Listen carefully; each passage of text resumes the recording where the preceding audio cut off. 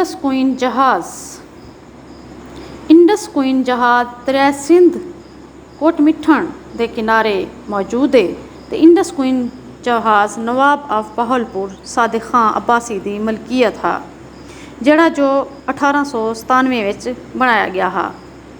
तो यह जहाज़ किन्हीं अंग्रेज़ी मेहमानों को ते किन्हीं मकामी अफराद को एक जगह तो दूजी जगह पहुँचाने वास्ते इस्तेमाल थींदा हा।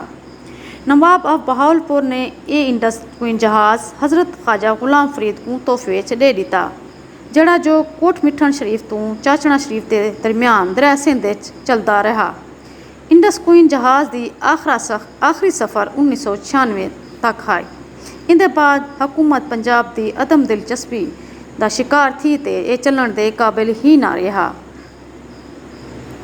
ये जहाज़ जड़ा जो समंदर के पानी को शिकस्त देंदा अज खुद शिकस्त खुर्दा हालत दरिया सिंध के किनारे मौजूद है। इन जहाज़ के 3 हिस्से हैं ते सब तो तले वाले हिस्से जनरेटर इंजन ते उत्ते वाले हिस्से कमरे हैं मुलाजमीन वास्ते ते दरमियानी हिस्सा मुसाफिरें वास्ते हा। तो इहदे उत्ते उत्ते एक छोटी जी मस्जिद ते कप्तान का कमरा भी है, जिंदे वास्ते जहाज़ को चलाने वास्ते चरखी लगी हुई है, जिंदी वजह नाल कप्तान जहाज़ की सिमत का तयन करेंदा हा। 2010 के सैलाब का पानी ई जहाज़ के उत्तों गुजर गया तो यह जहाज़ किचड़ तो लथपथ थी गया ते गारा गप थी ते खड़ गया। दरिया दे विच खड़े खड़े इंदा समान भी गायब थी गया।